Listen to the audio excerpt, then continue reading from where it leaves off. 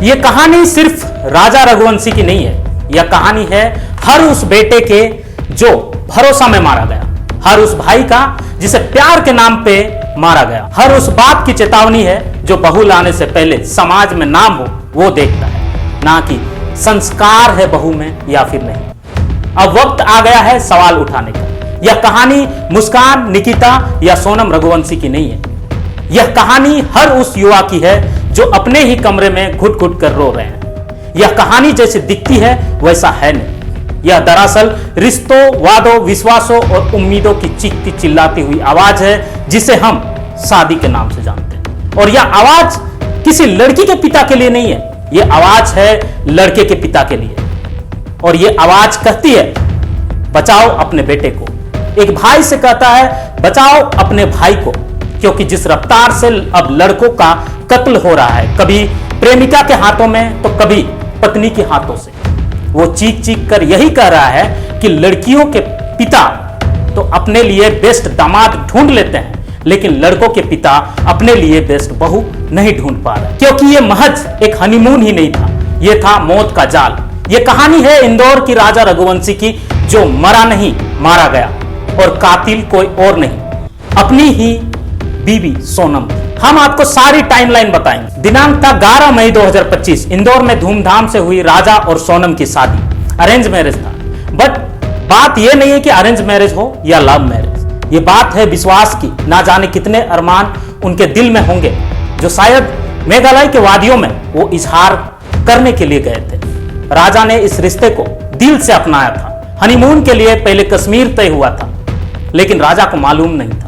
फिर अचानक डेस्टिनेशन बदल गया और नॉर्थ ईस्ट इंडिया आ गया। 20 मई 2025 दोनों पहुंचे गुवाहाटी, दर्शन किए कामाख्या देवी मंदिर का।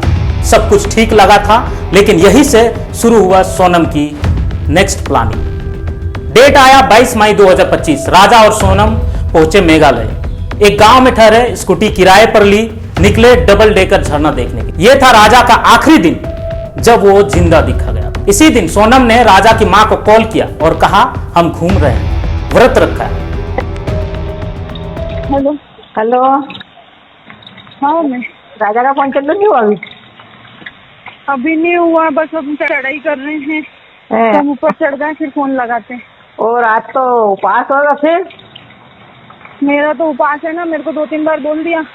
हाँ? मैं घूमने के चक्कर में अपनी ग्यारह थोड़ी तोड़ूंगी।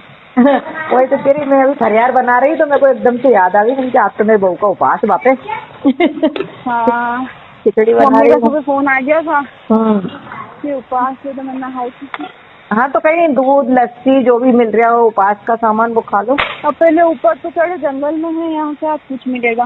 बाप रे, मैंने हाँ। कही थी कुछ ड्राई फ्रूट रख के ले जाओ, तो बोले हाँ क्या करेंगे हम, दो ये जंगल है, पता, घोर जंगल है, एकदम खड़ी चढ़ाई है। चढ़ना मतलब उतरना भी खड़ा ही है और चढ़ना भी खड़ा ही है। तो वहाँ ऊपर देखने के लिए क्या गए? वो अंदर है, वो पहाड़ के अंदर। मना करी थी मैंने तो सुनते नहीं है। हाँ अच्छा, हाँ, तो चलो। वही तो कह रही, वहाँ क्या देखने पहुँच गए तुम? ये नीचे से देख लेते। झरना देखने गए थे, हाँ बड़ा वाला। हाँ, नीचे से हाँ, देख नहीं तो हालत खराब हो गई तो चढ़ के मैंने कहा कुछ नहीं हुआ। वही तो कह रही अब मैं तो खाना भी ढंग का नहीं है। हाँ, कॉफी बुलवाई हाँ, तो आधा मग्गा दूध होगा हाँ। और उसमें है ना 2 गिलास पानी में बाप रे। और कॉफी डाल के दे दी। मैंने बोला घर से रख के ले जाओ, रास्ता में ना कुछ भी अपनी जरूरत पड़ेगी, नहीं ले गए दोनों के लिए। ठीक है, हाँ, ऐसा लगा कि पता नहीं क्या पी रहे, तो मैंने तो फेंक दी उसको तुरंत। वहाँ तो ऐसी और खाने के नाम पे कुछ भी नहीं है वहाँ पे। हाँ, नहीं मिल रही होगा, है ना? सांस फूल रही। हाँ, हाँ फूल रही तो लगाती हूँ ऊपर पहुँच के। हाँ, कोई दिक्कत नहीं, लग गया ना फोन बस। हाँ, चाची गई खूब पहाड़ पे जंगल में। हेलो हेलो, हाँ मैं राजा का फोन चालू नहीं हुआ अभी नहीं हुआ, बस हम चढ़ाई कर रहे हैं।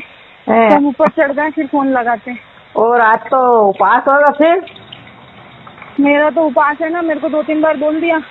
हाँ? मैं घूमने के चक्कर में अपनी ग्यारह थोड़ी तोड़ूंगी। वही तो तेरी, मैं अभी फरियार बना रही तो मेरे को एकदम से याद आ गई कि आज तो मेरे बहू का उपवास बापे। हाँ, खिचड़ी बना मम्मी रही का हूँ। सुबह फोन आ गया था हम्म। कि उपास है, तो मैं नहाई थी। हाँ तो कहीं दूध लस्सी जो भी मिल रहा हो उपास का सामान वो खा लो। अब पहले ऊपर तो चढ़े, जंगल में है, यहाँ से आज कुछ मिलेगा। बाप रे, मैंने हाँ। कही थी कुछ ड्राई फ्रूट रख के ले जाओ, तो बोले हाँ क्या करेंगे हम, दो ये जंगल है, पता है, घोर जंगल है, एकदम खड़ी चढ़ाई है, चढ़ना मतलब उतरना भी खड़ा ही है और चढ़ना भी खड़ा ही है। तो वहाँ ऊपर देखने के लिए क्या गए? वो अंदर है, वो पहाड़ के अंदर, मना करके मैंने तो सुनते नहीं है। हाँ अच्छा, वहाँ, चलो वही तो कह रही, वहाँ क्या देखने पहुँच गए तुम? ये नीचे से देख लेते। झरना देखने गए थे, हाँ, बड़ा वाला। हाँ नीचे से हाँ, देख नहीं लेते। तो हालत खराब हो गई मेरी तो चढ़ के। मैंने कहा कुछ नहीं हुआ। वही तो कह रही अब मैं तो खाना भी ढंग का नहीं है। हाँ, कॉफी बुलवाई हाँ, तो आधा मग्गा दूध होगा हाँ, और उसमें है ना 2 गिलास पानी में बाप रे। और कॉफी डाल इसके के बाद फोन बंद। कुछ घंटों में ही स्कूटी मिली एक लावारिस हालत में एक ढाबे के पास। फिर दिनांक आया 24 मई 2025। राजा का भाई पहुंचा शिलोंग गुमशुदा की रिपोर्ट दर्ज करवाने, क्योंकि उन्हें कोई सुराग नहीं मिल रहा था। किसी तरह का फोन राजा के द्वारा उनके परिवार को नहीं। पुलिस ने गूगल करके उस स्कूटी का डेटा निकाला और शुरू हुआ भारत का सबसे heart breaking honeymoon murder investigation. ये डेट आया 27 मई 2025। वही स्कूटी मिली एक जंगल के पास, 2 बैग मिले, एक टूटा सामान, कुछ धारदार औजार मिले। 2 जून की बात है जब राजा की लाश मिलती है। 100 फीट गहरी खाई है।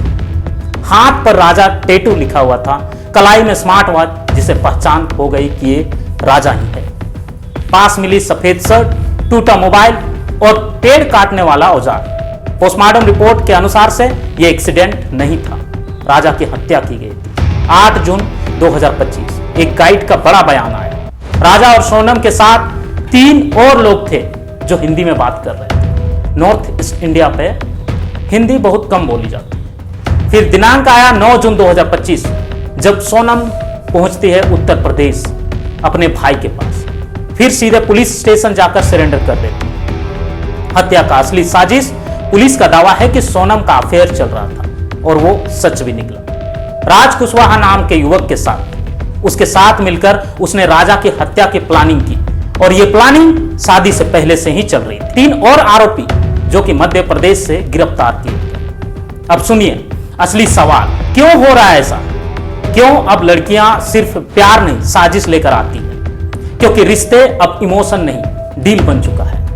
लड़कों के पिता अपने बेटे को बचाइए। जैसे आप अपनी बेटी के लिए बेस्ट दामाद ढूंढते हैं, वैसे ही बेटे के लिए बेस्ट बहू ढूंढिए।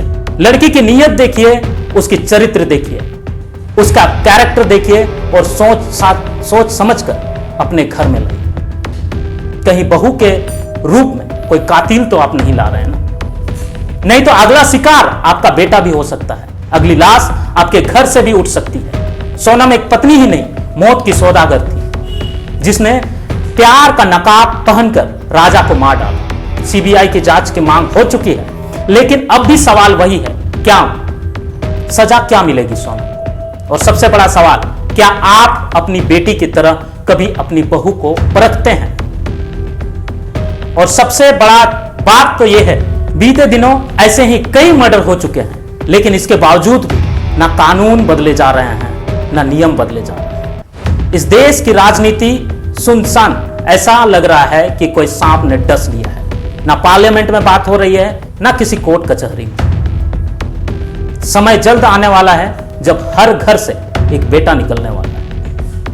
आज के लिए दीजिए इजाजत, फिर मिलेंगे नए अपडेट के साथ। जय हिंद, जय जोहार।